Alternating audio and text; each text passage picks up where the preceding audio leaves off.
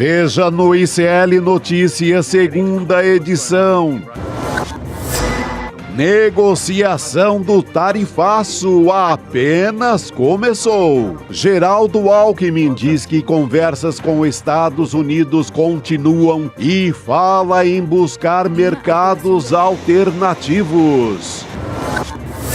Pesquisa Atlas mostra Lula foguete. Lá ficar pedindo, ô Trump, pelo amor de Deus, Trump, solta meu pai, não deixa meu pai ser preso, não sei das coisas. A aprovação sobe e alcança o melhor nível de 2025.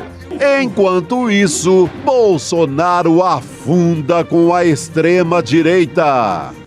Desculpa aqui que eu tô muito mal, desculpa, tá? Centrão, inimigo do povo. 80% avaliam Hugo Mota de forma negativa. E presidente do Senado, Davi Alcolumbre, também vai mal em levantamento. O ICL Notícias, segunda edição, está no ar.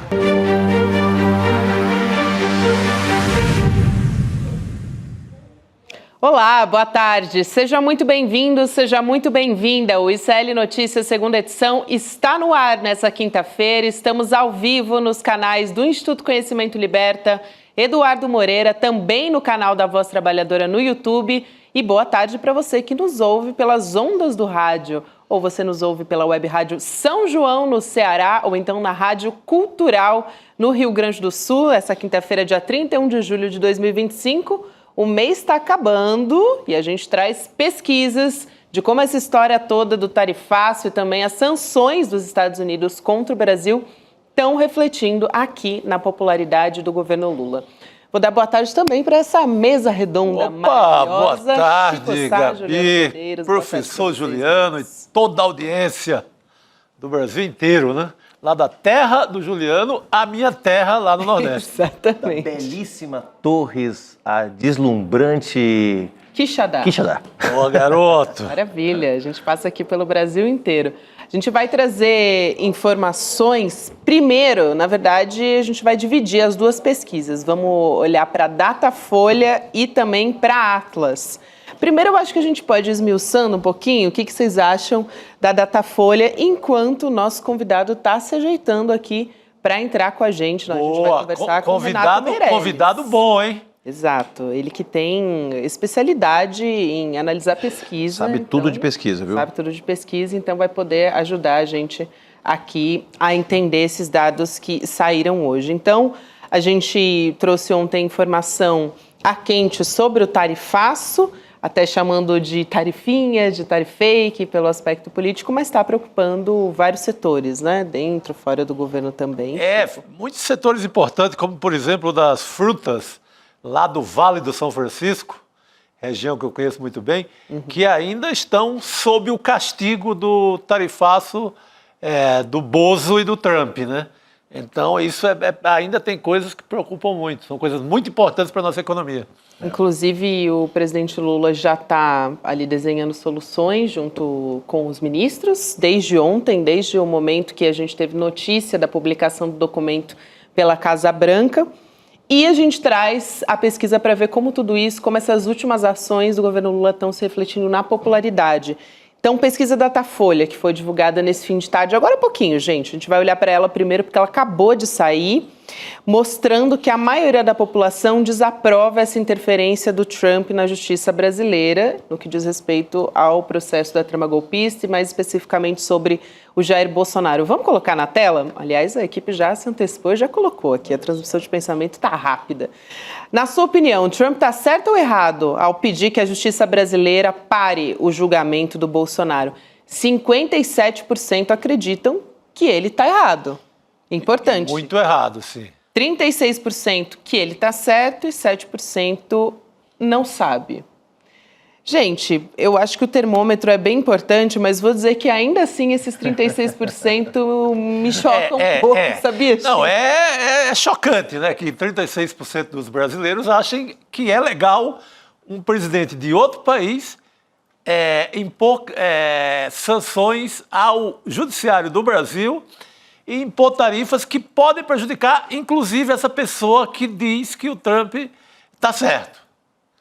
Isso coloca em risco o próprio emprego da pessoa, desses 36% que dizem que o Trump está certo. Eu acho que falta de uma conversinha, essa pessoa vai entender e vai mudar a sua opinião. A não ser que seja um kamikaze, um bolsonarista kamikaze, raiz, que quer escolher o ser prejudicado. Existe, né? Fazer o quê? Existe. Agora, bom, os números podem ser vistos de muitos pontos de vista e ler pesquisa é uma certa técnica.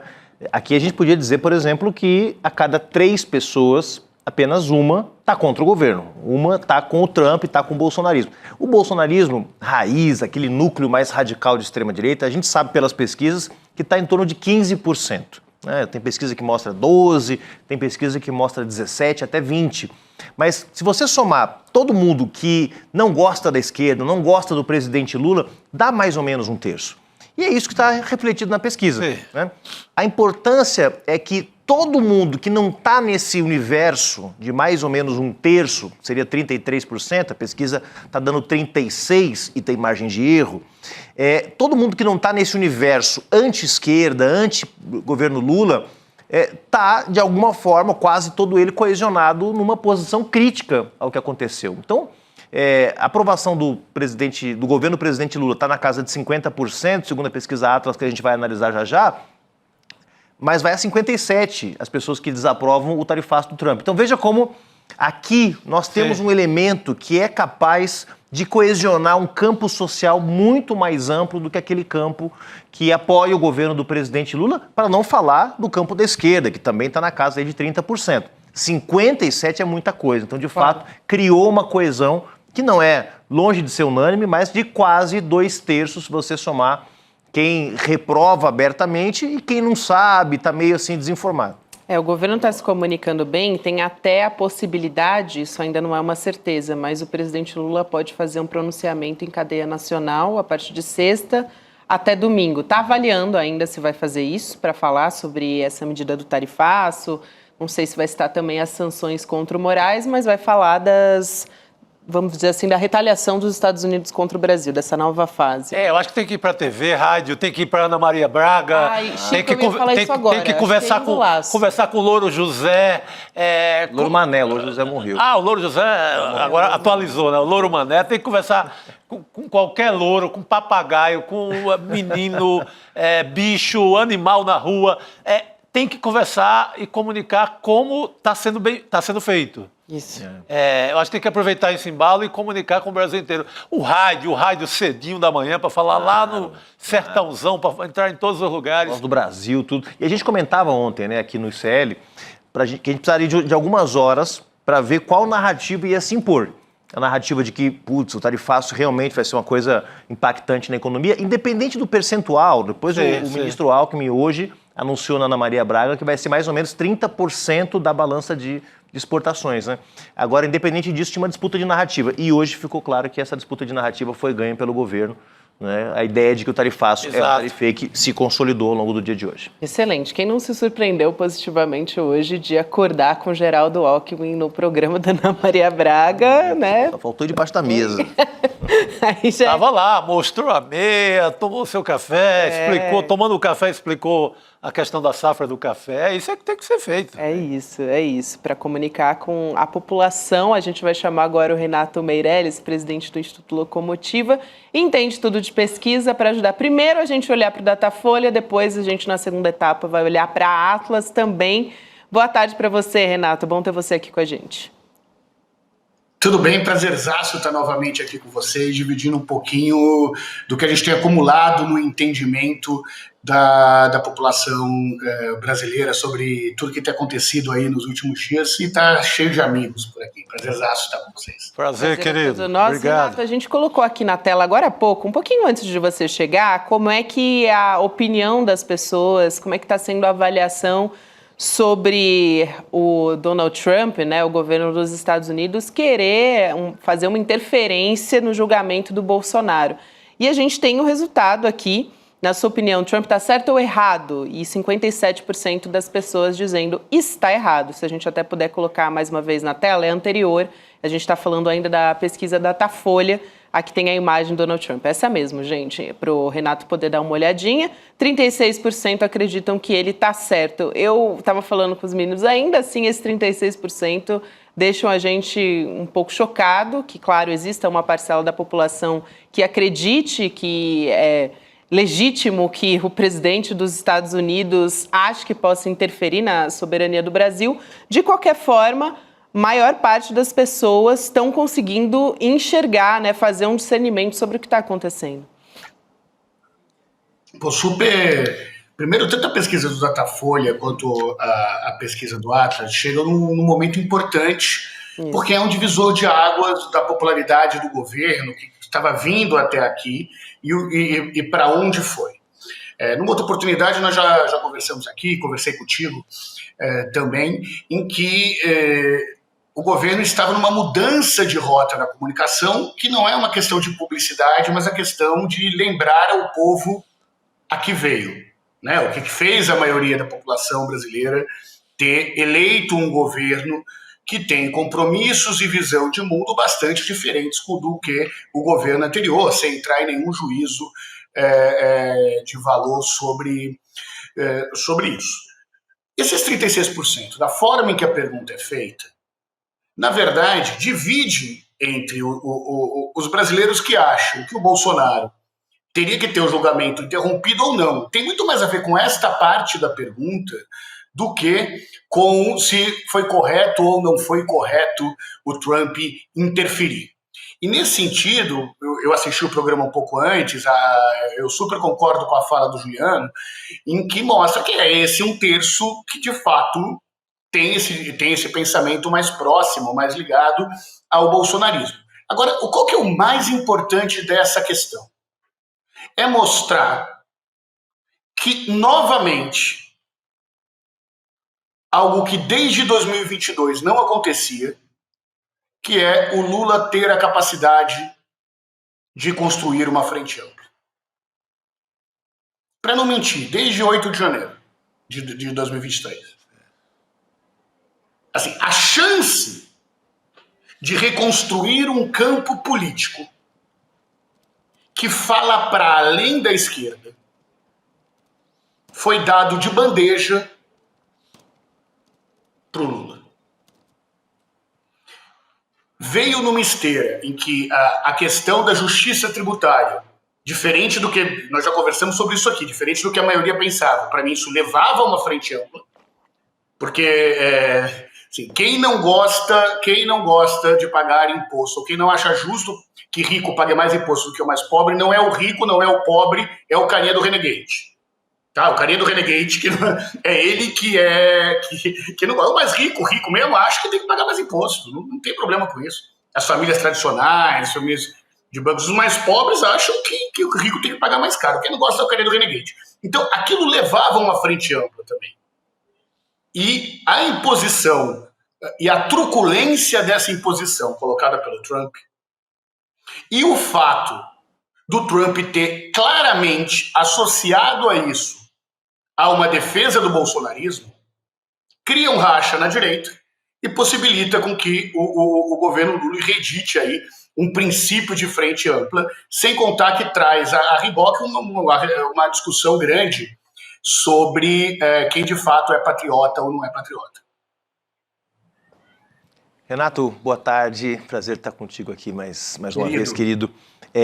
A gente pode dizer, então, por esse raciocínio que eu estou plenamente de acordo, que, bom, o Trump criou um relativo isolamento, mas que se a pergunta do Datafolha tivesse separado, ou seja, uma pergunta sobre o tarifaço do Trump e outra pergunta sobre Bolsonaro, que esses números poderiam ser ainda maiores em relação à desaprovação das medidas do Trump. E uma segunda questão, Renato, a gente, claro, a pesquisa acabou de sair, ninguém teve acesso ainda à estratificação, né, para ver exatamente em que segmentos que está maior, né, o rechaço a essa posição do Trump. Mas há de se considerar que possivelmente houve aí inclusive nessa classe média do Renegade que você mencionou, é possível que mesmo nesse segmento, onde há aí uma penetração grande do bolsonarismo, possa haver um deslocamento também, porque os impactos do tarifaço do Trump, embora ainda não sejam plenamente mensuráveis,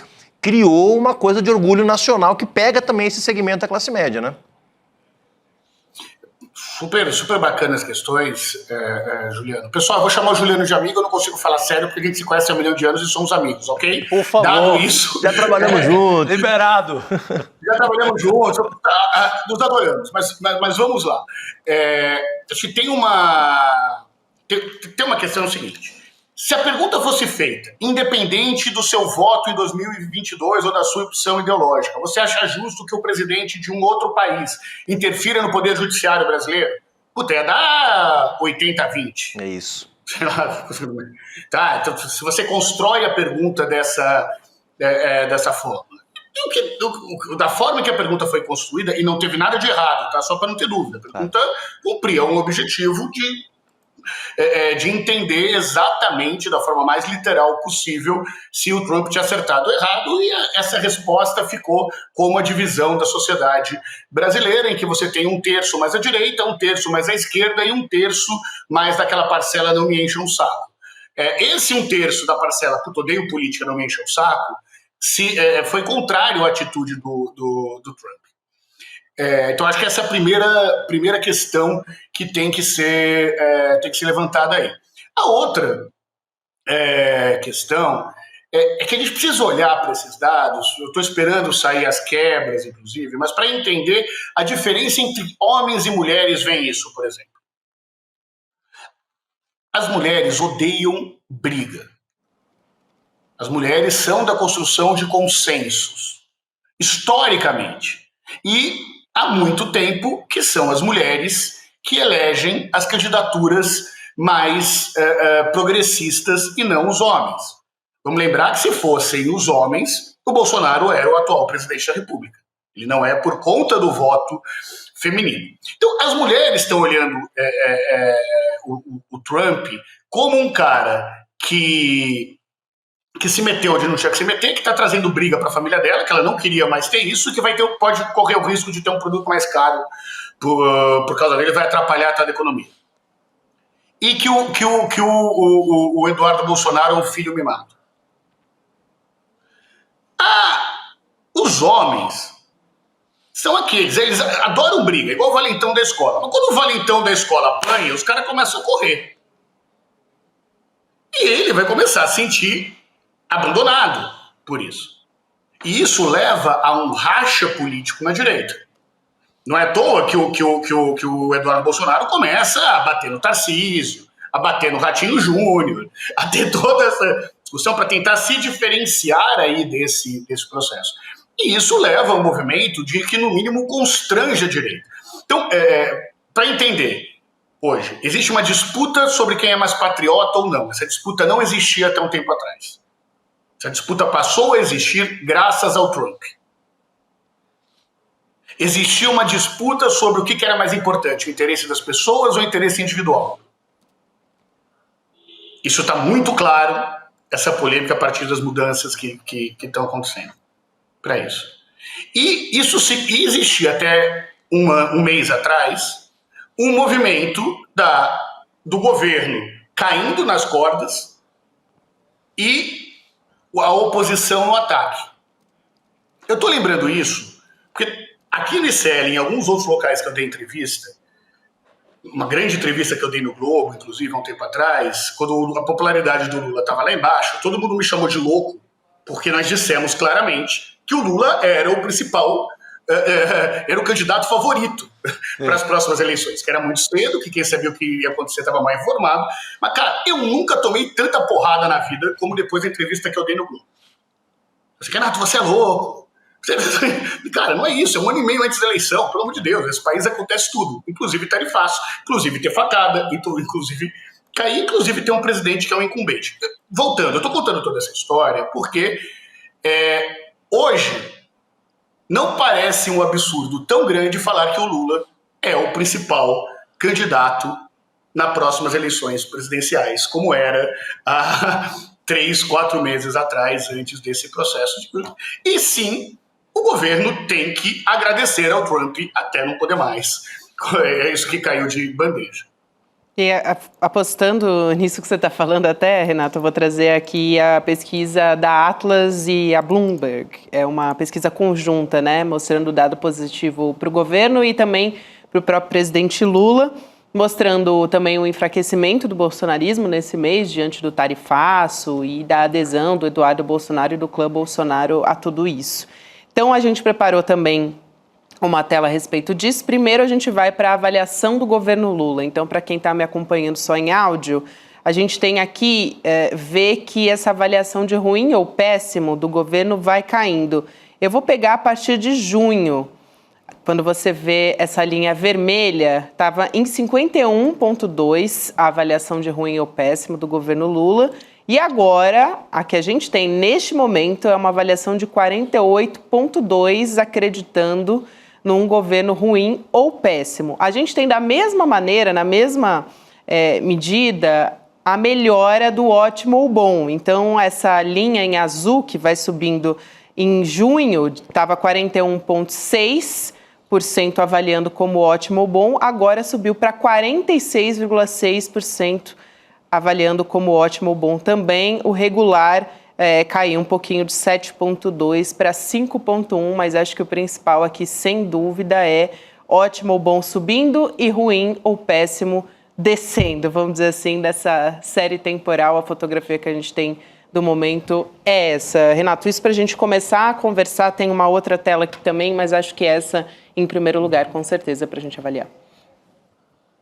Bom, acho que a pesquisa do Atlas Intel mostra o que tem sido esse processo de saída das cordas do governo. Mas tem uma questão que eu acho importante a gente entender. Essa saída das cordas, ela teve 2 momentos, né? O momento da justiça, da discussão sobre justiça tributária, sobre afinal de contas o que era mais certo, e essa foi uma iniciativa ativa do governo. E um segundo momento que está vinculado às ações do tarifaço, que foi uma postura passiva do governo, no sentido de que não dependeu dele a iniciativa, ele só reagiu a uma iniciativa. E por que esse detalhe é um detalhe importante? Porque para garantir que o governo continue recuperando a sua popularidade, é muito importante que o governo tenha agendas positivas que dependam dele, e não de eventos externos. Ou uma escorregada da oposição, ou uma fala de um presidente de outro país, ou algum modelo de retaliação. Então, entender que essa trajetória, o governo tem que protagonizar essa trajetória de melhoria da popularidade, ou ele vai ficar refém dos erros da conjuntura externa do que pode acontecer, ou dos erros de avaliação que o bolsonarismo pode fazer, e é verdade, não podemos subestimar nem os erros, a capacidade da esquerda de errar, nem da direita de errar. Muito bom. Renato, na nossa última conversa, aqui mesmo no N2, você tocou num ponto importante de que é a necessidade de ter um inimigo. E, se for possível, um inimigo forte. E agora o governo tem, além do bolsonarismo, tem a figura do Trump, não é? Ali que veio de bandeja como o grande inimigo. O Lula, em outros governos, também tinha essa ideia de inimigo ali no horizonte. Você mesmo tocou na questão da fome do primeiro governo, assim como exemplo. Mas você acha que além desse inimigo aí no alvo, bem explícito, que bandeira seria mais importante daqui para frente? Imposto de renda para quem ganha abaixo de 5 mil, jornada 6 por 1. O que você acha que pode consolidar essa dianteira do Lula daqui para frente? Boa, Chico, que adoraria ter uma resposta para essa sua pergunta. Por isso que eu fui buscar quem sabe, eu também não sei. Não, eu posso dizer um pouco das hipóteses que saem das nossas pesquisas aqui no Locomotiva. Nós temos grupos muito específicos que precisam ser trabalhados do eleitorado. E a prioridade do eleitor do governo Lula é recuperar aquela base que ele tem entre os eleitores das classes D e E, seus eleitores mais pobres. Tá? Para recuperar essa base, a intensificação de programas sociais são muito importantes, mas principalmente é uma narrativa de conseguir aumentar a renda desses brasileiros. E entendendo, a gente já conversou disso aqui, que trabalho não é mais sinônimo de emprego. Portanto, quando se fala em melhorar a renda, nós também estamos falando de ações do empreendedorismo, de como exemplo, fazer com que as mulheres da periferia tenham condições de montar as suas dark kitchens, né, para vender os seus produtos, as suas marmitas, as suas refeições, as suas pizzas, através de aplicativos, por exemplo. E quando fala de aplicativo, todo mundo fica muito preocupado, falando muito da uberização, dos entregadores, quando essa parcela da população representa algo muito pequeno aí do total de brasileiros que têm rendas por aplicativo. A grande maioria desses brasileiros não são entregadores. Eu tenho mais de 11 milhões de brasileiros que têm renda por aplicativo e não são entregadores nem motoristas de Uber. Mas eles imprimem uma camiseta e vendem para os aplicativos, tem um pequeno serviço de logística, vendem para fora. Então, a primeira questão é falar para esse público que é o mais novo, né? E mostrar a perspectiva. A perspectiva é a sua vida vai melhorar, é vender prosperidade e o Lula voltar a ser o Lula, falar para essas pessoas. Que é uma outra coisa. A gente fala em comunicação do governo, amigo, comunicação do governo é o Lula. Sim. Não tem ministro que resolva. As pessoas não votaram no ministro, as pessoas votaram no presidente da República. É o Lula que eles querem ver falar, é a cara do Lula que eles dizem, Renato, mas de vez em quando fala besteira, porque fala de improviso. Amigo, mais besteira do que o Bolsonaro falava não existe. Então, não se preocupa com falar besteira. Ninguém vai conseguir falar mais besteira que o Trump ou que o Bolsonaro. Então, tem que falar. Mas isso é uma parcela. A jornada 6x1, para o público, o fim da jornada 6x1 é a bandeira que até agora não foi encampada nem de perto como o governo poderia encampar. Exato. Não existe para o público CLT de baixa renda nada, absolutamente nada, com maior retorno eleitoral do que combater a jornada 6x1. O ativo, Chico, que os mais pobres têm é o tempo. A única coisa que ele tem para vender é o tempo dele. O dia tem 24 horas. E ele quer fazer valer a hora dele. Ele não é só uma redução da jornada de trabalho, é uma redução de dias de trabalho. Tá. Dias que ele pode ficar com a família se ele quiser, que ele pode ter um bico, fazer um bico em outro trabalho se ele quiser, que ele pode empreender se ele quiser, mas é uma hora vale. Uma hora que numa jornada 6x1, que se demora 1 hora para trabalhar, para ir para o trabalho, 1 hora para voltar, você tem 2 horas que não são remuneradas do trabalho dessas pessoas. Então, sem medo de errar, para a população que está na CLT, a redução da jornada 6x1 é algo importante. E seria o primeiro fogo de encontro para fazer com que a CLT volte a representar alguma atração para essas pessoas que hoje deixou de representar para muita gente. Né? Você vai ver meme na internet, perguntou, o que é uma tábua de passar? É uma prancha de surf que foi trabalhar com CLT. Sim. É isso que a gente ouve. CLT, corno, loser e trouxa. É isso que falam na internet. Então, a redução da jornada é algo importante, inclusive, para trazer essa outra parcela que se desiludiu com a CLT. E o imposto de renda vai ser muito importante naquela camada de 2 a 5 salários mínimos. Então, se a gente for pensar por faixa do eleitorado, acho que não tem um tiro de canhão, não tem uma bala de prata, tem uma necessidade objetiva do Lula liderar a comunicação do governo, de manter um inimigo que é a desigualdade, que é a injustiça. Assim, Renato, qual é o novo inimigo? Que é aquilo que a gente discutiu no N2 passado. Isso. Né? Olha, antes foi o combate à fome. Agora é o combate à desigualdade de oportunidades ou de prosperidades. Ou a injustiça. O que a população de baixa renda não quer? Ela não quer injustiça. Mas ela também não quer que ninguém diga para ela quantas horas por dia ela tem que trabalhar e que ela tem que assinar do ponto. Que é um outro risco também que o PT não entendeu. Que o governo não entendeu. A pessoa quer ser dona do relógio, ela não quer ter o cartão de ponto. Governo, lidem com isso. Você pode concordar ou não, você pode virar e falar, olha, você é burro, você não sabe o que você quer. Mas mesmo assim, vota em mim. Mas eu tô dizendo que você é burro, tá? Mas vota em mim. Que era que parte do governo fazia até pouco tempo atrás. Sim. Ou você pode falar, ok, quais são as políticas públicas possíveis para dialogar com essa parcela da população que não quer a CLT, mas quer melhorar de vida. A gente ainda tem muito a discutir a respeito disso, dá pano para manga. Renato, você vai ter que voltar outra vez aqui para a gente continuar conversando. Obrigada, até uma próxima. É sempre um prazer e um privilégio estar conversando com vocês sobre as coisas que estão acontecendo no Brasil, dizendo que o meu desafio sempre é botar a perspectiva do brasileiro médio, do brasileiro comum, do brasileiro que aparece nas nossas pesquisas. Se fosse a minha opinião pessoal, eu só falaria que a Terra é redonda e que vacina salva, que estava resolvido. Um beijão, pessoal. Até mais. Valeu, querido. Obrigado. Até a próxima. Aliás, eu quero passar rapidamente aqui. A gente tinha uma segunda tela que eu acho que também corrobora para mostrar essa questão da melhora da avaliação, que é perguntar para as pessoas, para os entrevistados, em quem eles votariam se a eleição fosse agora, próximo domingo, considerando os mesmos candidatos de 2022.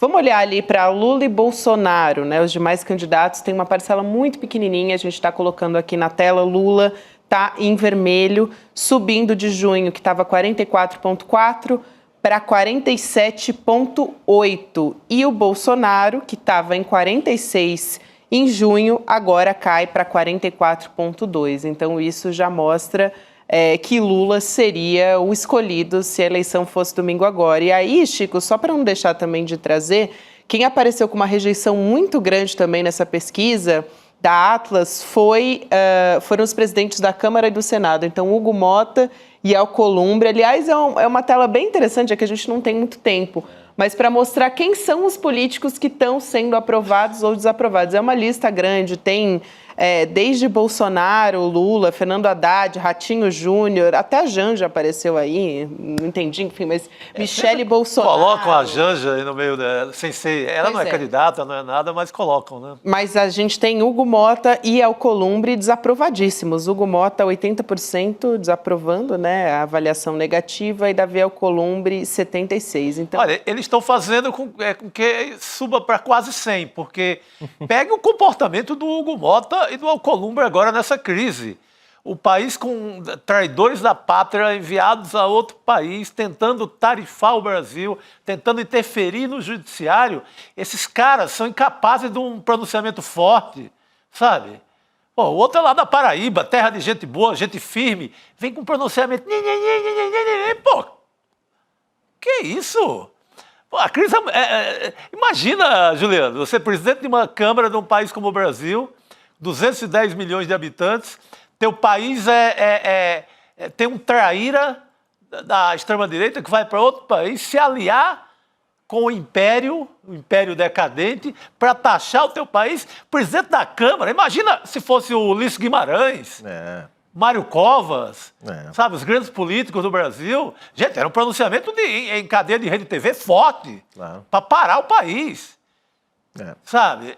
Aí o cara faz uma notinha daquela vergonhosa, parece nota de assessoria de terceira categoria, pelo amor de Deus, né?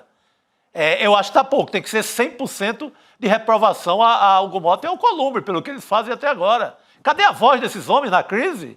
É na crise que se ouve, né, quem se diz político e representante de alguma coisa no país. Não dá. É isso mesmo. Agora, só antes da próxima atração, que eu sei que a Gabi tem que chamar, nosso diretor já avisou, 2 dados importantes sobre essa pesquisa também, Chico. Lula está 3,5 pontos à frente do Bolsonaro, que está inelegível. Quando coloca o Tarcísio e a Michele, a vantagem do Lula é ainda maior. Que é a vida real, né? Que é a vida real. A Atlas fez os cenários com o Tarcísio e com Michele e a vantagem está acima de 10 pontos. Então, sinal aí de que teremos um quadro alvissareiro nos próximos meses. Alvissareiro, muito bom. Falando em quadro alvissareiro, eu vou pegar essa deixa. Alvíssaras, camarada. A gente teve aqui esse final de semana a apresentação do ICL Eterno para todo o nosso público, muitas novidades no jornalismo, educação, entretenimento, muita comemoração aqui da nossa equipe para conseguir dar esse passo que é tão importante para a gente. E a gente vai ter uma aula, já encontrei com ele aqui nos corredores, hein? Eu também. Um deles está por aqui, que é o professor Castro Rocha e também o Gessé Souza. Eles vão estar com a gente aqui hoje. Você acompanha, dá tempo de você se inscrever em icl.com.br/aula para acompanhar 8 horas da noite a aula debate especial que vai ser mediado pelo Edu Moreira. Quem são os inimigos do povo? Então a gente vai falar, por exemplo, a gente estava olhando agora para a pesquisa. Acho que falamos né? dois dos maiores do momento, né? Presidente da Câmara e presidente do Senado.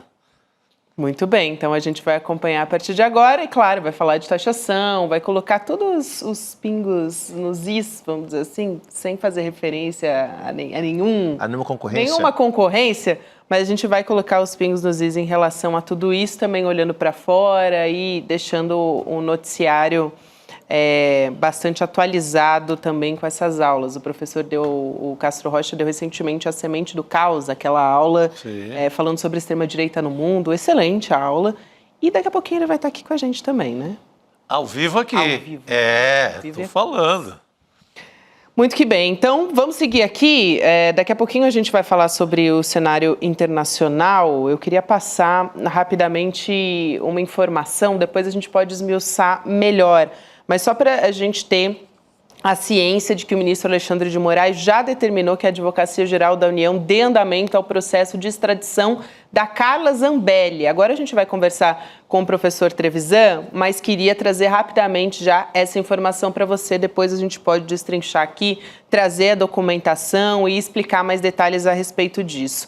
Agora, sobre tarifaço, que era um assunto que a gente comentava agora, falou do Geraldo Alckmin ali no programa da Ana Maria Braga, né, a importância disso.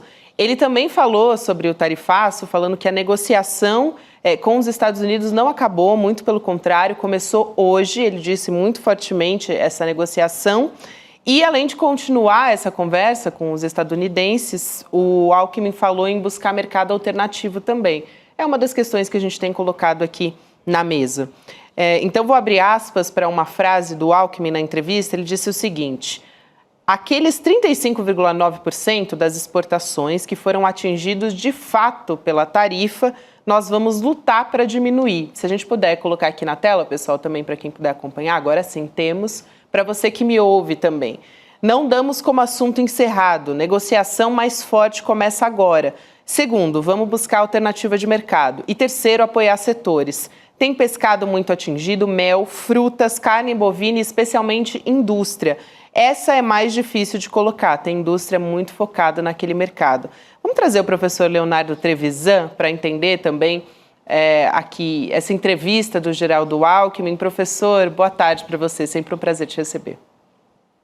Boa tarde, Gabriela, boa tarde, Juliano, boa tarde, Chico, boa tarde a todos que nos escutam. Vamos começar por esse trecho que a gente separou aqui da fala do Geraldo Alckmin, professor. Aliás, todo mundo acordou surpreso de ver o Alckmin, claro, no café com a Ana Maria ali, mas trazendo essas informações para a população para colocar realmente essa preocupação, né, que a sociedade tem, enfim, que todos os brasileiros em relação aos preços, o que vai ficar mais caro, o que pode até baratear, dependendo, tem essa possibilidade também, mas para a gente entender do que o Alckmin estava falando aqui. Olha, primeiro, né, eu acredito que o Alckmin estava, de alguma forma, colocando o foco naquilo que é mais importante. Né? Tá bom, esses aí são os salvados do incêndio, todos os outros. A gente pode olhar por cada um deles, quais são os recados que estão embutidos em cada um deles, com a indústria aeronáutica, com celulose, a gente pode olhar isso, né? Mas se a gente olhar com calma, os que não estão aí uma parcela que talvez gere muito emprego no Brasil. É essa a preocupação do Alckmin. Né?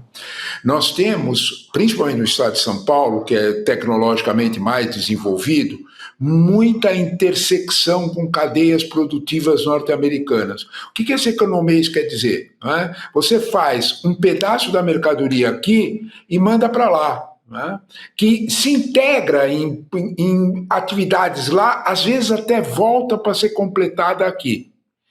Nesse vai e volta, nessa relação econômica, né, é que aparece emprego e renda, e de melhor qualidade. e que se atualiza a tecnologia no Brasil. Né? O Alckmin sabe disso perfeitamente. Né? Foi governador de São Paulo 4 vezes, ele sabe os polos industriais pelo interior de São Paulo que tem esse tipo de conexão. Eles são diretamente atingidos. Né? Então, daí essa preocupação. É uma parcela menor, é 35%, é aquilo que nós sempre temos comentado. Uma coisa é a quantidade nessas tarifas, outra coisa é a qualidade do que ela está pegando, são coisas diferentes. Né? Então, eu acho que se a gente olhar para isso, nós vamos ver o acerto do Alckmin falando nisso, porque, inclusive, aí, provavelmente, eu não tenho os números ainda, mas tem já gente pesquisando, provavelmente, emprego e renda está muito mais nesse 35% do que nos outros 65%. Por daí a preocupação do Alckmin. Professor, boa tarde. Prazer recebê-lo mais uma vez aqui também no ICL.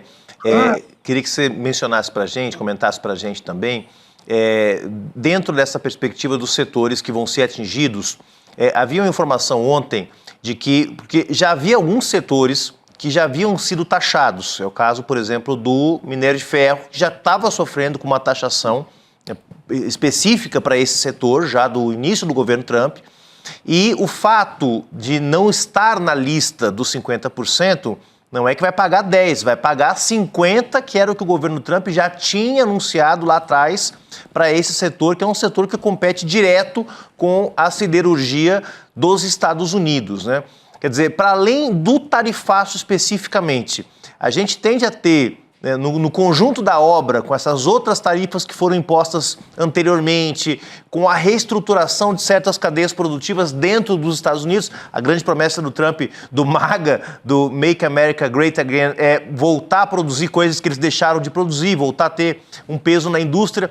No frigir dos ovos, a gente pode estar vendo aí um cenário onde, de fato, as trocas comerciais entre Brasil e Estados Unidos vão ter uma baixa significativa, não só no ano que vem, não só por conta do tarifaço, mas por uma outra dinâmica que os Estados Unidos vão imprimir na relação com o Brasil e com o resto da América Latina? Olha, esse fato é real, né? Você pegou um exemplo bom, Juliano, que é o ferro-gusa e o minério de ferro concreto, né? Minério de ferro concreto, todo mundo sabe que o que tem a ver é uma palavrinha com 3 letras que move montanhas, é aço, né? Minério de ferro com carvão dá em aço, né? Então, quando você olha para isso, o porquê que os Estados Unidos estão freando, né? Há uma suspeita nos Estados Unidos muito forte, né? Eles batem sempre nesse ponto. Primeiro de tudo, para a gente entender, os Estados Unidos precisam de aço de fora. A demanda de aço nos Estados Unidos é enorme, né? Não é só construção civil, aço é para tudo, né? Então, de alguma forma, eles precisam uma quantia enorme de aço. As siderúrgicas americanas atendem, trabalhando a pleno vapor, sem nenhum respeito ambiental, elas respondem por apenas 60% dessa demanda. Veja, Juliano, eles vão ter que comprar 40% fora. Aí é que começa a nossa conversa. Há uma série de desconfianças ou acusações contra o aço que vem do Brasil ou contra minério de ferro que vem do Brasil, porque eles acham que minério de ferro é usado aqui para esconder reexportação de aço chinês para os Estados Unidos. Que um monte de gente compra aço de uma determinada forma na China, faz de conta que reindustrializa ou transforma em lingote ou transforma e revende para os Estados Unidos. É esse o ponto, né? O ponto é, de novo, você tocou num ponto central. De novo, as tarifas, elas estão discutindo, não é punição comercial, é hegemonia chinesa. Uhum. Elas estão discutindo como é que os Estados Unidos fazem para brecar a hegemonia chinesa. Essa conversa mole para boi dormir, né, que acho que nem o boi dorme com essa conversa, né, que é a de que os Estados Unidos vão se reindustrializar. Desculpa, isso é brincadeira de criança, né? Nem criança mais brinca com essas coisas. Reindustrializar com 2.0, tá brincando comigo, né? Olha o que você pensa quando você está falando em robô humanoide, quando você está discutindo o poder da inteligência artificial. Vocês acham mesmo que os Estados Unidos, o capital pesado americano, vai querer voltar a fabricar blusinha, querer voltar a fabricar canetinha, vai querer voltar a fabricar carrinho? Não é nada disso. A grana alta, pesada, ela vai... Aquela coisa do velho barbudo, né? O capital vai se multiplicar muito mais com outra tecnologia. Ele já sabia isso lá atrás. Né?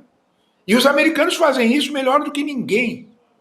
Eles empurraram a indústria 2.0 para a China para poder desenvolver toda a indústria digital. Olha por que fizeram isso nos anos 90.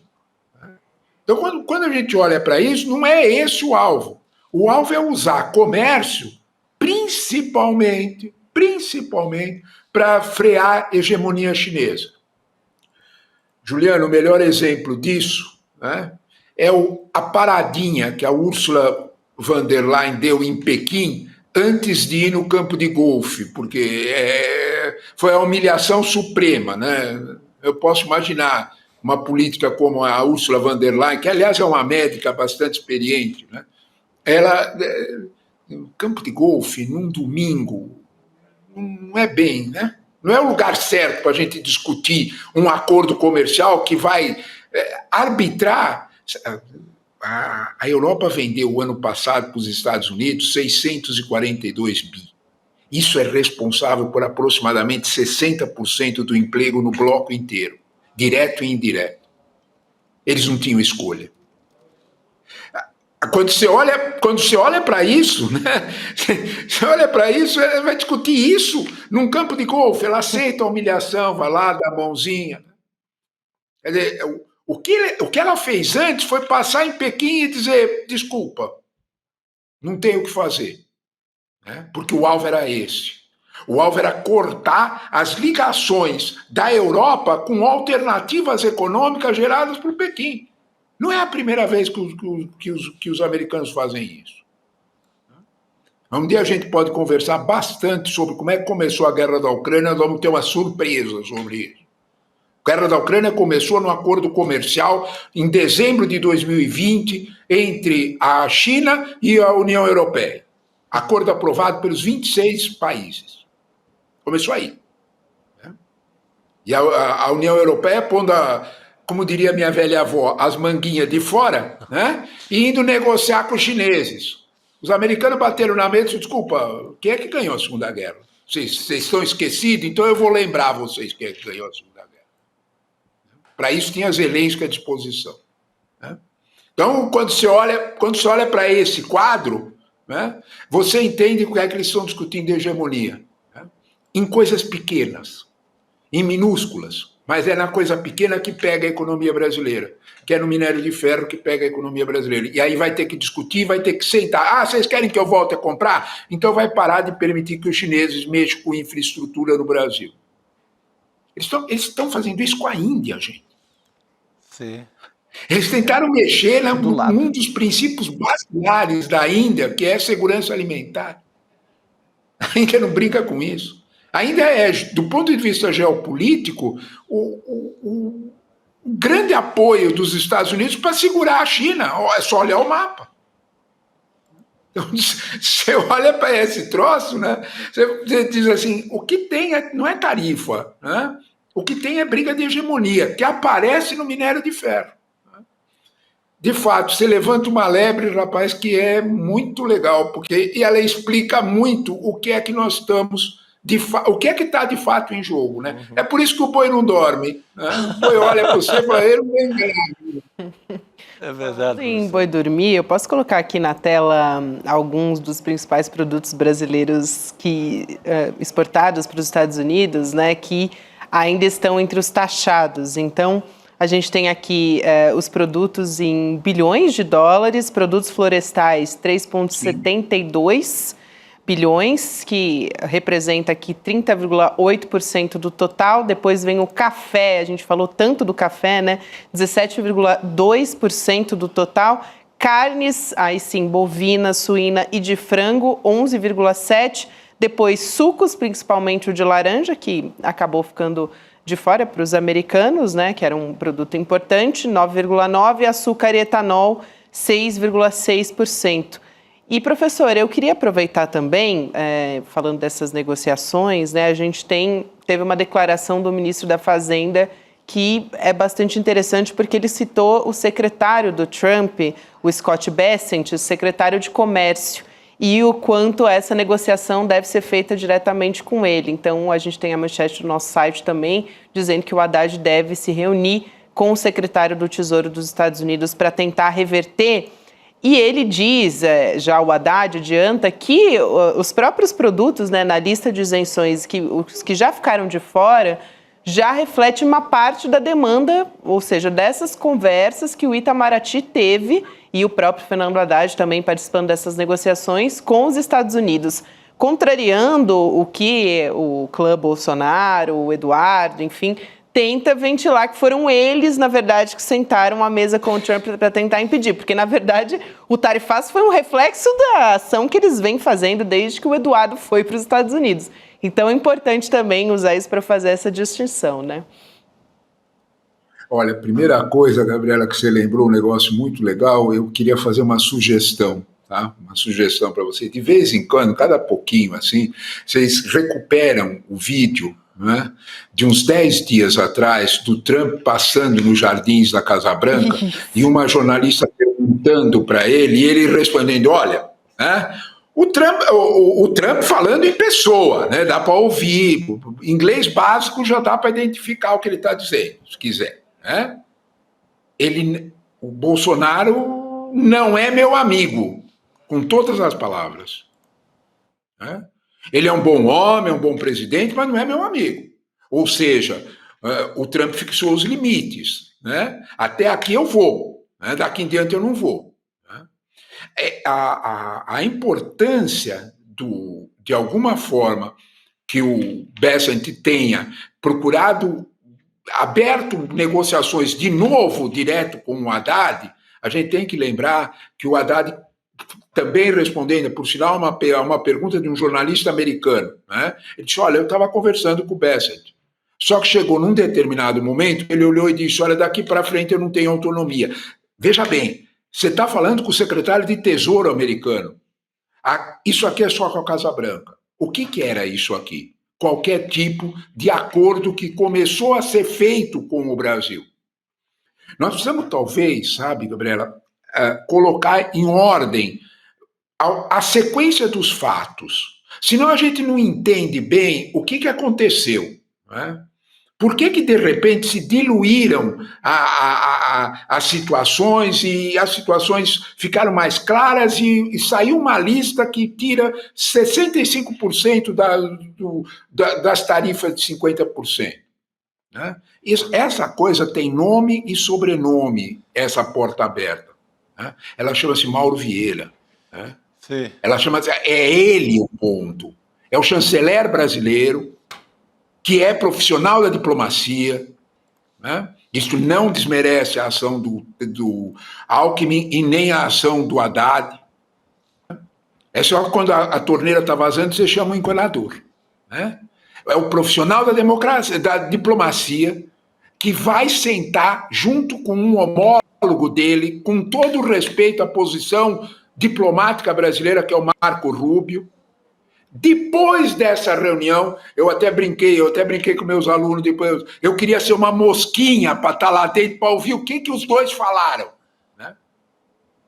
Porque é aí que está se discutindo. Junta isso com a tua pergunta, Juliano. É com o Mauro Vieira e relação direta com o Marco Rubio que os limites das exigências americanas ficam claros. Não adianta você fazer conversa para boi dormir para o Mauro Vieira, ele sabe tudo. Então aí sentou e foi tete a tete, né? O que vocês realmente querem? Né? Então, de algum modo, isso já tinha acontecido com os japoneses, isso já tinha acontecido com os europeus. Isso dá bem uma importância para aqueles que têm aquele santo Nelson Rodrigues, né, que tem o complexo de vira-lata, né, pensar que o Brasil não é tão desrespeitado assim lá fora. Nós temos uma relação que é relevante. Se alguém tem alguma dúvida sobre isso, pense em Embraer. Ou pense em celulose. Bom, depois a gente pode conversar sobre isso. Então, mas Embraer é sintomático, né? Outro dia eu estava conversando com um sujeito, eu disse para ele, escuta, cara, não existe Embraer. O que existe é ITA. Existe o Instituto Tecnológico Aeronáutico. Não existe uma atitude dos engenheiros brasileiros que construíram uma empresa com esse perfil. É isso aí. Então, e de alguma forma que as pessoas olham, desculpa, não somos não. Se você olhar uma série de atitudes nesse sentido, você vai ver um exemplo diferente de Brasil lá fora. Foi esse Brasil que é respeitado, que não fala alto, não grita, não nada disso, que sentou com o Marco Rubio e definiu. Horas depois saiu a lista. Isso. Né? Porque, na verdade, quando nós olhamos para isso, é que nós entendemos melhor como é que o processo está acontecendo. O Brasil não tem um jogo diferente de todos os outros. Trump está sentenciando para cima do Brasil da mesma forma que sentenciou para cima dos outros. Usou o Brasil como menino de recado? Usou sim. E o recado está dado para os BRICS. Não mexam comigo. Eu pego vocês para valer. É o valentão do colégio mesmo. Eu bato em vocês para valer. A ideia é essa. Os outros é que não foram capazes de se juntar, e ele fez isso em etapas, para enfrentar isso. É verdade que a gente tem sempre que pensar se dá para juntar, né? Se os interesses não são muito conflitantes. E os Estados Unidos também sabem disso. Né? Vocês fazem umas perguntas muito cabeludas, e eu fico falando muito aqui para responder as perguntas de vocês. Ótimo, professor. Tenho mais uma, professor. Agora sim, essa é a mais cabeluda de todas. Não, essa é a mais simples. Aliás, o professor falou no Vira-Lata, hoje é Dia Nacional do Vira-Lata. Então, que é uma data meio informal. É uma data. São grandes bichinhos, hein? É uma data um pouco né? informal, mas é uma bela homenagem, né? E eles são injustiçados demais, né? Totalmente. Mas, professor, tentando decifrar o que está por trás das decisões ou dos arroubos do Donald Trump, essa parte de sanção imposta ao judiciário brasileiro, ao Alexandre de Moraes, o que é que ela quer dizer? Ela quer dizer que protejam nossas big techs ou então a gente vai castigar mais vocês? O que é que tem de enigma nessa parte? Noves fora essa ideia de Bolsonaro, porque a gente sabe que a importância do Bolsonaro nessa história toda, né? É relativa, né? Chico, a questão central, você já avançou na tua resposta, né? A gente não pode esquecer, eu vou fazer umas pesquisas para tentar ver isso, né? Nas que eu consegui encontrar, nunca nenhuma indústria foi para trás da cerimônia de posse de um presidente do jeito que as big techs foram para trás da cerimônia de posse do Trump. Observe que as petrolíferas, todas as petroleiras, toda a indústria do petróleo sempre esteve perto de presidentes. Não tinha nenhum lá. Eles foram muito, né, bancos. Por que as big techs foram para lá? Né? O que é que tinha? Sabe, Chico, eu tenho a desconfiança que a grande promessa que as big techs foram lá e assinaram e tudo mais é a palavrinha regulamentação. Nos acordos com a União Europeia está exatamente esse ponto. Não, porque a hora gente que está com um problema de conexão com o professor Leonardo Trevisan, a gente já volta a conversar com ele. Dei aqueles 10 segundos para a gente ver se vai retomar, mas a gente segue já conversando com ele. Chico, muito importante essa pergunta. Ontem também fiquei com a pulga atrás da orelha, a gente até trouxe um trecho sobre justamente a Casa Branca, assim, reforçando a questão das big techs, colocando o Alexandre de Moraes, acho, como símbolo, né? Porque ele foi a pessoa que impôs sanções. Ele é que impôs algum castigo, né? Ao Twitter, ao X, Exato, ao Elon foi Musk. Simbólico. Então Nem eu citou vi o muito X, a mas coisa tava de, olha, falando vamos disso. amansar aqui o Supremo, O professor está de volta. mas melhor ouvir do professor. Voltamos aqui? Voltamos, por Estão favor. me ouvindo? Ótimo, né? A gente não pode... Minha avó tinha razão, não fala do diabo que eles aparecem, eles cortaram a ligação aí. Não tenha dúvida. Minha avó tinha razão, não fala porque é pimba. É Starlink, professor, a sua internet? Então, vamos lá, né? Deixando as brincadeiras de lado, Chico, você tem toda a razão, né? O X da história é regulamentação. Né? O que eles querem, o que as Big Techs queriam, era um xerife capaz de segurar o que já tinha avançado até no estado mais tech dos Estados Unidos, que é a Califórnia.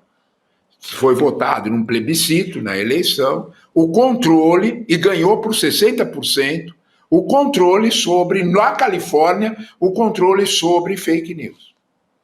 Porque quando a gente olha para isso, o X da história com Big Tech é você segurar a manipulação de algoritmo, porque é isso que mudam as cabeças, né?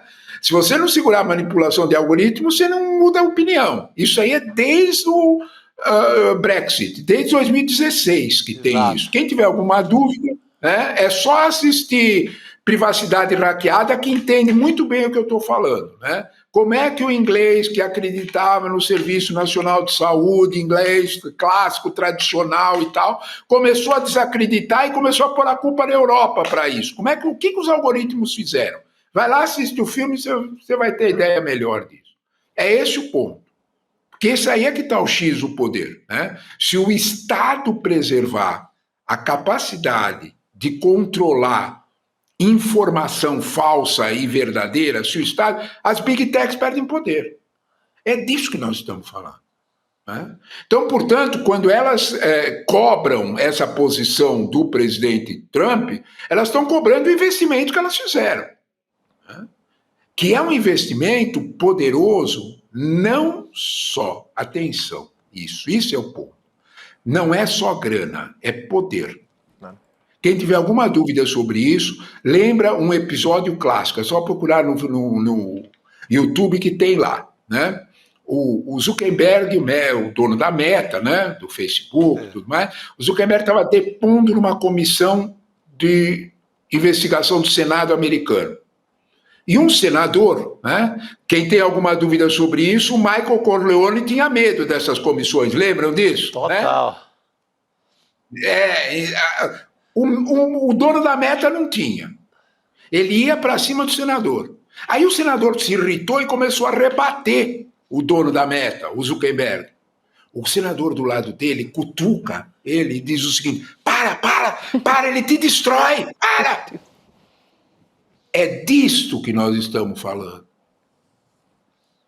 O senador, o Michael Corleone tinha medo do senador, o Meta não tem medo do senador. É disso que nós estamos falando. Porque senão a gente não entende onde é que está o poder deles. Né? Por que são tão poderosos? Né? Então, e aí, por que regulação é o X da história? Né? Regulamentação é o X da história. Né? É a briga com a Europa. Né? A Europa avança nisso. É a briga conosco. É essa briga conosco. A briga não é os troquinhos do Rumble, os troquinhos do X. A briga é avançar disso e forçar uma legislação ou fazer uma jurisprudência construída e consolidada de que tem limite para essa ação. Se você falar isso, né, e conseguir colocar esse limite em ação, as próximas eleições nós teremos um Congresso completamente diferente. Eu não tenho nenhuma dúvida sobre isso. Se você colocar regulamentação nas Big Techs, você vai ter um Congresso diferente. Peraí, não. Aí não pode. Né? Perfeito. Então, é esse o ponto que fica tão sensível. Né? O Alexandre de Moraes, ele sinaliza, né, pressões sobre as fake news quando atacam o judiciário e tudo que aconteceu no 8 de janeiro e tudo mais, E ele sinaliza uma fixação de limite. Né? Daí a pega para cima dele. Né? Porque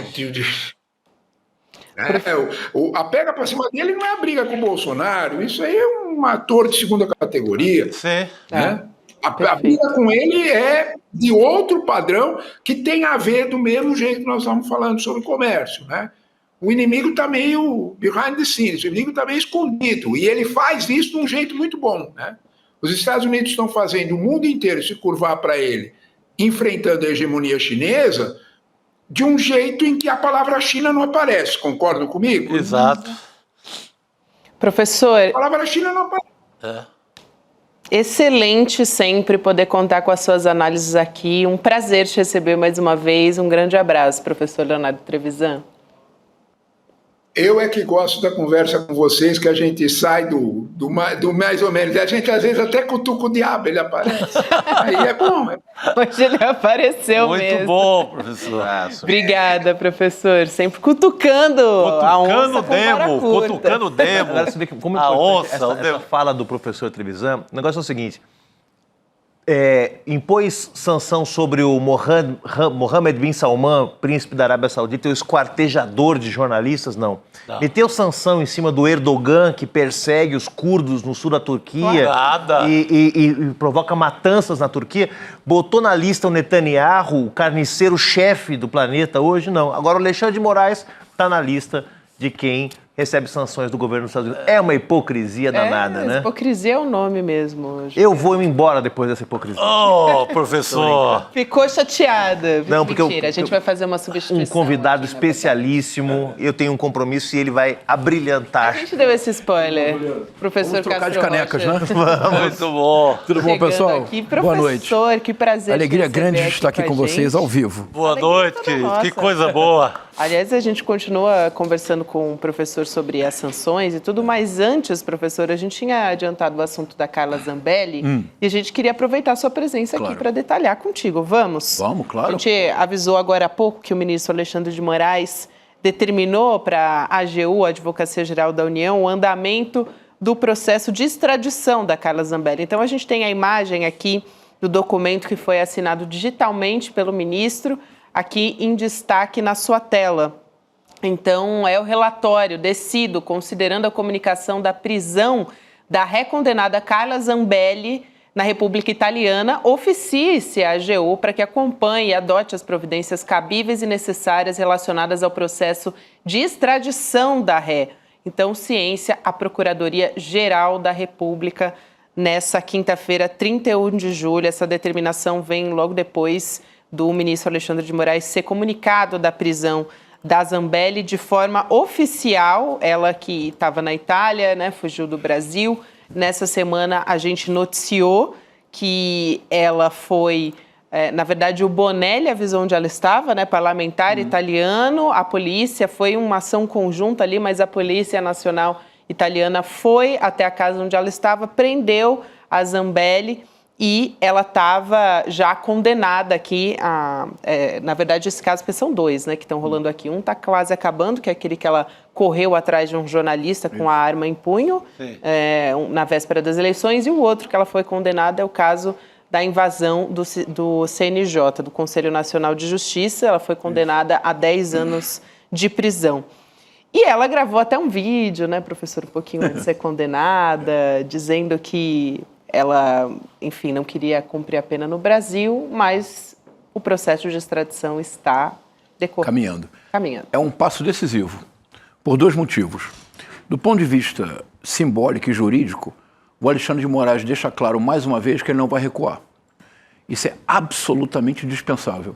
Que o Alexandre de Moraes não recue e que o nosso apoio ao judiciário brasileiro aumente, e especialmente a solidariedade restrita ao ministro Alexandre de Moraes. É bem importante mencionar que a aplicação da lei Magnitsky contra Alexandre de Moraes terá um efeito que nós ainda não estamos comentando. mas que o parlamentar que criou a lei ontem deu uma declaração muito importante nos Estados Unidos, dizendo que em nenhuma circunstância os critérios pelos quais a lei foi criada, em nenhuma circunstância, nenhum critério se aplica ao ministro Alexandre de Moraes. Ao politizar a lei Magnitsky, o Trump começa a minar a eficiência da própria lei. Isso em breve ficará muito claro. Segundo passo, a deputada Carla Zambelli é a prova concreta. Eu estava escutando antes o professor Trevisan. Aliás, eu acho ele brilhante. Muito bom. Sempre gosto muito de escutá-lo. Há um ponto bem importante, Gabi, que a gente tem que se recordar sempre para a nossa audiência. Nós não podemos cair na armadilha de dizer que o Supremo Tribunal Federal Brasileiro está regulando as Big Techs como se as Big Techs não fossem reguladas. Elas são reguladas pelas próprias Big Techs. E tem um critério muito claro a regulação que as Big Techs usam. O critério único é a monetização. E como nas redes sociais a retórica do ódio e a violência simbólica monetizam porque asseguram visibilidade e a visibilidade é monetizável, a regulação das redes sociais favorece o avanço transnacional da extrema-direita. É isso. As Big Techs já são reguladas por eles de uma maneira que nós não sabemos como ocorre, mas nós vivemos no nosso cotidiano as consequências da regulação das Big Techs. É o crescimento de pessoas como Carla Zambelli. Nós lembramos como ela surgiu, você lembra, Chico? Sim. Com aquela fake news absurda.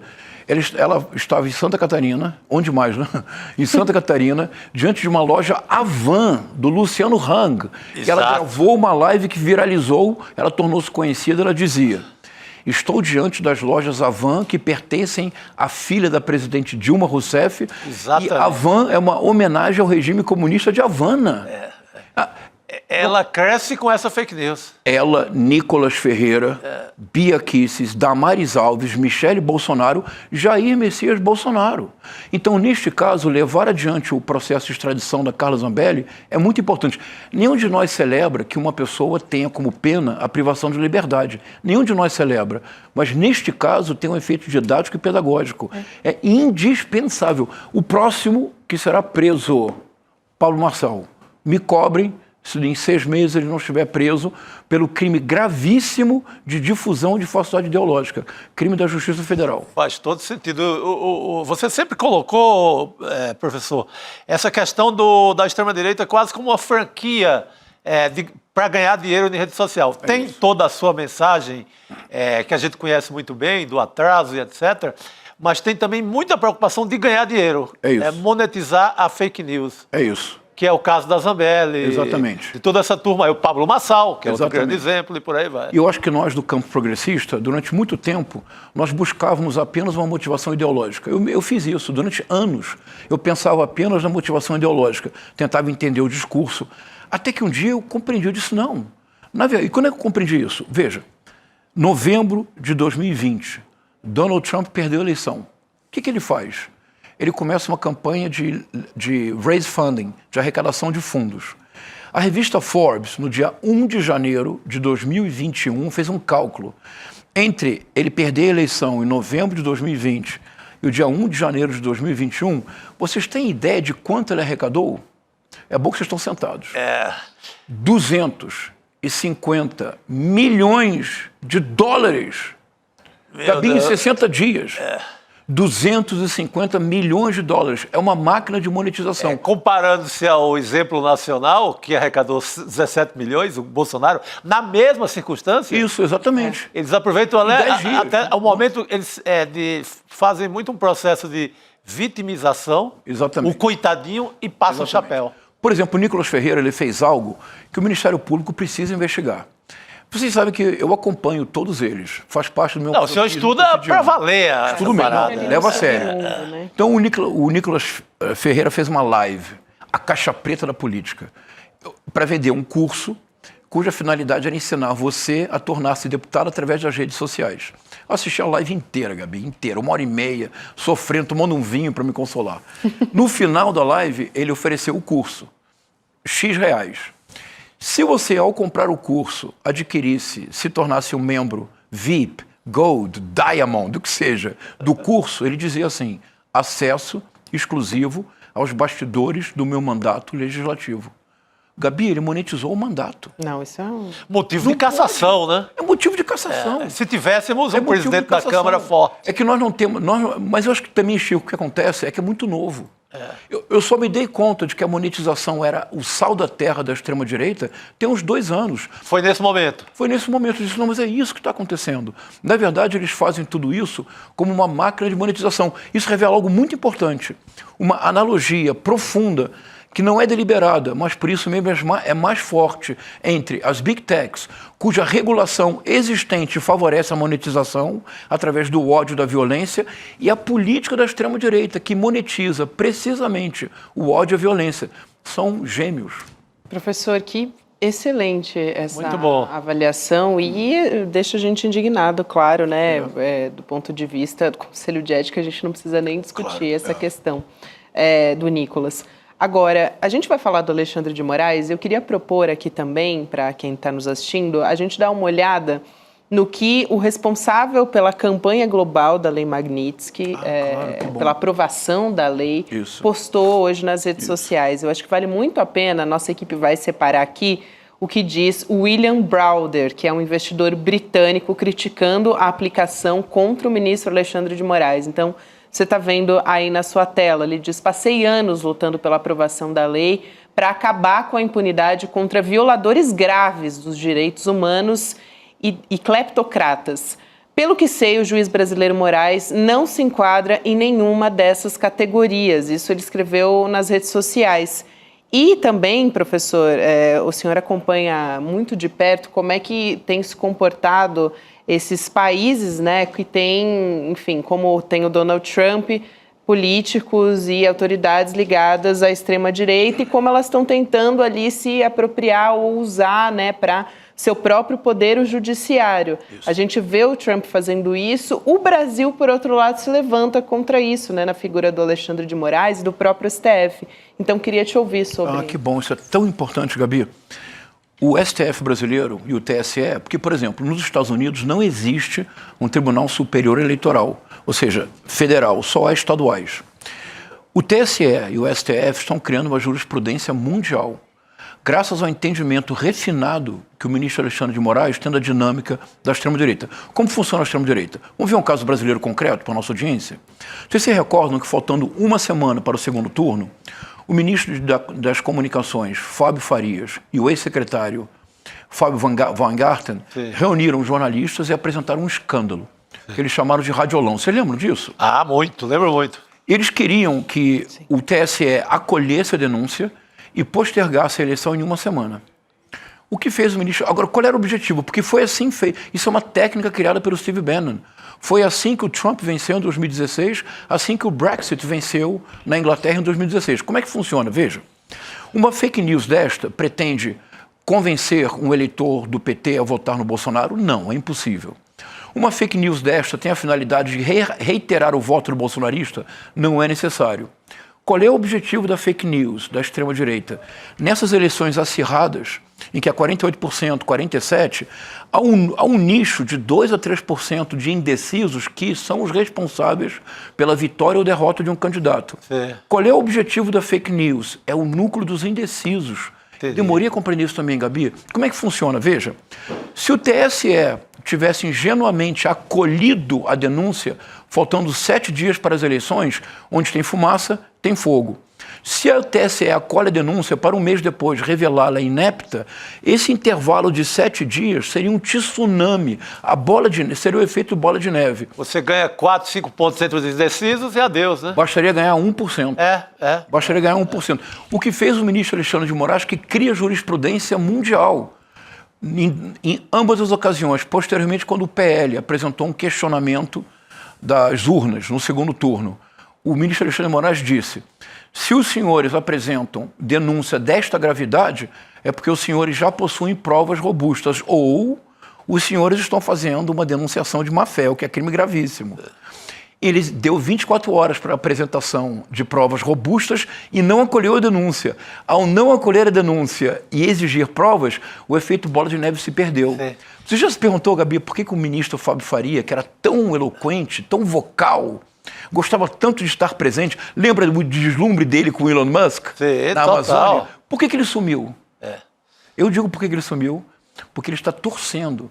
Se ele assumir um low profile, se ele desaparecer do radar, talvez o ministro Alexandre de Moraes esqueça que ele cometeu um dos mais graves crimes da legislação eleitoral, denunciação de má-fé para alterar o resultado de eleição. Por isso eles não suportam Exatamente. o judiciário brasileiro. E eu lembro muito desse caso, professor, porque quando a imprensa correu atrás para saber, porque a denúncia deles era que várias emissoras no Brasil inteiro não tinham colocado as inserções correspondentes à propaganda eleitoral do Bolsonaro. E quando divulgaram as emissoras que não tinham, por uma razão ou outra, não tinham colocado as inserções, foram lá, estava a emissora do pai do Fábio Faria. Exatamente. Ou seja, mostrando que não tinha escândalo algum. Foi uma questão técnica lá, foi um erro das emissoras, inclusive a emissora do pai dele. Isso, exatamente. Lá no Rio Grande do Norte. Isso. Então essa é uma jurisprudência importante. Por isso eles estão atacando o ministro Alexandre de Moraes. É porque é o receio. Na verdade, os Bolsonaro, nessa história, são apenas um fantoche. Eles não são ninguém. Eles são um pretexto para o Donald Trump defender o interesse das Big Techs. Isso é o que está em jogo. Sim. Acredito, concordo 200%. E aí, agora eu vou ter que fazer uma pergunta aqui para você, Chico, para a nossa audiência. Vocês confiam no professor Castro Rocha? Porque eu confio tranquilamente. O professor que eu conheço há muito tempo já me deu de presente um prefácio a um dos meus livros. Então a gente confia. Assim, aprendo diariamente com ele. É o homem que ajuda a gente a decifrar coisas que a gente no dia a dia, na correria do noticiário, não dá conta, né, da extrema-direita. A extrema-direita lança uma isca aqui, outra acolá, e às vezes a gente não pega. Quem pega? Ele. Professor. Exato. Por isso que vou colocar nas mãos dele. Me falaram, olha, o professor vai fazer um paralelo do Donald Trump com Elvis Presley. Mas eu confio porque é o professor Castro Rocha, confio mais ainda porque a gente tem pouco tempo. Mas eu sei, professor, que... Vou sintetizar. Vou arriscar uma hipótese que me acompanha há anos. Eu finalmente consegui formular. Posso? Por favor. Por favor. A hora. Eu vou associar Felipe II da Espanha, Donald Trump e Elvis Presley em 5 minutos. Vai ficar claro. Vai ficar claro para todo mundo. Quando nós pensamos... Eu sou fã do Elvis Presley. Desculpe, mas eu devo confessar. Não, eu gosto muito. Quando surge o Elvis Presley, nos anos 50, como é que ele surge? Um jovem, rebelde, uma movimentação de quadris sensual que enlouquecia as pessoas. Era uma novidade. Era a própria imagem de uma cultura rebelde que surgia no cenário mundial como algo novo. Os Estados Unidos, depois da Segunda Guerra Mundial, aparecem como uma novidade contra uma Europa velha que havia produzido apenas morte com 2 guerras mundiais. Não é isso? É o Elvis Presley. Em breve, esse sonho americano de rebeldia, de algo novo, começa a se perder pela construção de um império militar bélico que mais produziu guerras na história da humanidade. O sonho começa a se romper com a Guerra da Coreia, de 50 a 53, mas é apenas um pequeno movimento. Em 1958, o que acontece com Elvis Presley? Aquele jeito rebelde, aquele corpo livre, torna-se disciplinado, o cabelo cortado, ele vai para o exército. E ele diz uma famosa frase, ele tira uma foto e ele fala assim, o exército pode fazer comigo o que o exército desejar, sou um fiel soldado. Ele fica na Alemanha, como soldado, volta. Quando ele volta, o que acontece com ele? O que faz Hollywood com ele? O que pior podia haver? É o Elvis Presley do Love Me Tender, Love Me True. São os filmes do Havaí, aquelas coisas insuportáveis. A Gabi é muito jovem, Chico, da nossa sessão da tarde. É a fase mexicana, a fase havaiana dele, né? Exatamente, Ele arrisca uma volta em 1969, a famosa Comeback Tour, quando ele tenta voltar ao que ele era nos anos 50, mas já não é mais. Muito em breve ele se entrega. A Comeback Tour de 69. Mas essa vibe não continua, ele se entrega rapidamente e ele se torna o Elvis Presley dos anos 70. Nos anos 70, os anos definitivos do rompimento completo do sonho americano. A guerra do Vietnã, o império se inchando, sendo incapaz de controlar o mundo. E o Elvis Presley, o corpo do Elvis Presley, somatiza, é um corpo sintoma da decadência do Império Americano, desse inchaço, dessa perda completa da vitalidade. Em lugar da dança sensual, ele faz mímica de golpes de karatê. É uma outra coisa totalmente diferente, é um outro homem. Em breve, em 77, falece jovem, profundamente envelhecido. Felipe II da Espanha, o maior rei que a Espanha teve, filho de Carlos V, O Filipe II construiu o Império Espanhol no famoso Siglo de Ouro. Quando ele era rei, quando ele era imperador, o sol não se punha nas terras do Império Espanhol. E isso só voltou a acontecer no século XIX com a Rainha Vitória. O sol também não se punha no Império Vitoriano. No último ano de vida, 1598, uma surpresa. Ele passa quase o ano inteiro na cama. Ele tem câncer, gota, tem uma insuficiência venosa. E pouco a pouco o corpo do Filipe II, o homem mais poderoso da Terra, comparável a Alexandre o Grande, o corpo dele começa a ser devorado por insetos, vivo. E a multidão de servos e de funcionários não tem como ajudá-lo. E ele diz, pateticamente, dono do mundo, não, o meu corpo não mais me pertence. E morre em situação terrível. Depois da morte do Filipe II, o império, que era o grande império, já mostrava sinais de decadência. Mas com a morte dele, o filho dele, Filipe III, de lá para pior. Até que em 1898, a Espanha perde as últimas colônias que tinha no mundo. Filipinas, Porto Rico e Cuba. Para quem? Para os Estados Unidos, que agora sim começa a ser um grande império. Donald Trump, 5 minutos. Donald Trump está com uma doença grave. Está com insuficiência venosa crônica. Filipe II teve a mesma doença. Dizem, e por que o Filipe II tornou-se no final da vida uma figura que as pessoas não queriam se aproximar? Porque o corpo exalava um odor de putrefação. E agora o que as pessoas dizem cada vez mais de Donald Trump? Porque com a dificuldade da circulação do sangue, infelizmente, lamento por ele, as mãos incham, os pés incham, ele perdeu o controle das funções intestinais, o que provoca certa incontinência não muito agradável. Dizem que, nós já vimos várias cenas, as pessoas próximas a Donald Trump, já reparou que as pessoas retiram o rosto, o Donald Trump fala, se afastam, evitam uma proximidade maior com o Donald Trump. Parece que o corpo dele está em putrefação. O Império Americano está em decadência final, definitiva. Depois de Donald Trump, como disse o Luís XV, après moi le déluge, depois de 1000 dilúvio, depois de Trump, a decadência final. Mas eu digo mais, para terminar, com chave de ouro, Gabi, Donald Trump não termina o mandato. Uau. Se ele não mudar a sua política em 180 graus, Donald Trump não termina o mandato. Ele deverá perder de maneira fragorosa os chamados midterm elections, são as eleições do meio do mandato. Sim. No Brasil também há. 2024, 2022 voltamos para presidente, 2024 para prefeito. Mas nos Estados Unidos, no meio do mandato, você renova a Câmara e o Senado. Se ele perder o poder para os democratas, ele pode ser impeached. E a economia americana vai entrar em frangalhos com essa louca administração que ele tem feito das tarifas, que não faz o menor sentido. A politização da lei Magnitsky tende a torná-la cada vez mais ineficaz. O Donald Trump, se não mudar em 180 graus a sua política, não termina o mandato. E o corpo do Donald Trump é o sintoma da decadência final do Império Americano, como Elvis Presley, como Filipe II. Professor, quero crer inteiramente nisso. Tem muita gente aqui dizendo o mesmo, viu, Chico Sá?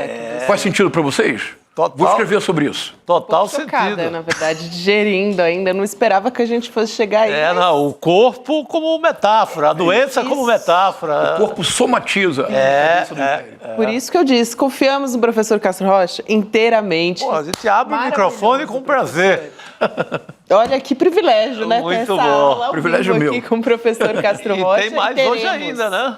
Teremos agora, 8 horas da noite. Hoje é sério. Aqui ele está só treinando, aquecendo. Aquecendo. Daqui a pouquinho o professor Castro Rocha, Gessé também, vem para essa aula com o Eduardo Moreira, que vai conversar. Imagina, essas três cabeças pensantes aqui. Eu estou ansiosa já para essa aula. A gente vai ter daqui a pouquinho, 8 horas da noite. Então, para você que está nos acompanhando, pode ir em icl.com.br/aula ou então também continua aqui no link. Esse link vai continuar transmitindo a aula? Cadê a voz na consciência, Ricardo Gouveia, para me dizer que sim? A voz do Império. Sim. Então vamos nessa. Coisa boa. Vamos nessa. A gente vai ter aqui a contagem regressiva, 1 horinha aí para você dar uma respirada. Quem são os inimigos do povo? Vamos acompanhar, Chico. Também quero descobrir. Professor, boa aula. Muito obrigado. Obrigada pela sua presença. Uma que prazer, grande que estar privilégio. Chico Sá, como sempre. Obrigado, prazer, querida. boa noite. Boa noite para todos que nos acompanham. Até amanhã. O encontro que vocês sempre esperaram. João César Castro Rocha e Gessé Souza, no dia 31 de julho às 8 horas da noite. O tema desse encontro: quem são os verdadeiros inimigos do Brasil? Um encontro inédito que há muito tempo as pessoas pedem e que o ICL conseguiu organizar para vocês. Vambora que esse eu quero assistir também. Você tem um canal, rádio ou TV? Chegou a hora de levar ao seu público o jornalismo que faz história. Democracia! No ICL, você tem acesso exclusivo a Chico Pinheiro. Esses caras fardados sempre estiveram tumultuando a vida democrática neste país. Leandro Demore. Aqui foi tudo tomado pela água. Heloísa Vilela. Que a mesquita é aqui dentro do campo de refugiados. Juliana Dalpiva em campo. O conjunto probatório é muito forte. Apurando tudo de perto, feito por quem entende. São histórias que mudaram o Brasil e você pode levá-las ao seu público. Seja nosso parceiro. Use nossa programação gratuitamente e fortaleça seu conteúdo com credibilidade. Acesse icl.com.br/parceria. Juntos, levamos a verdade mais longe.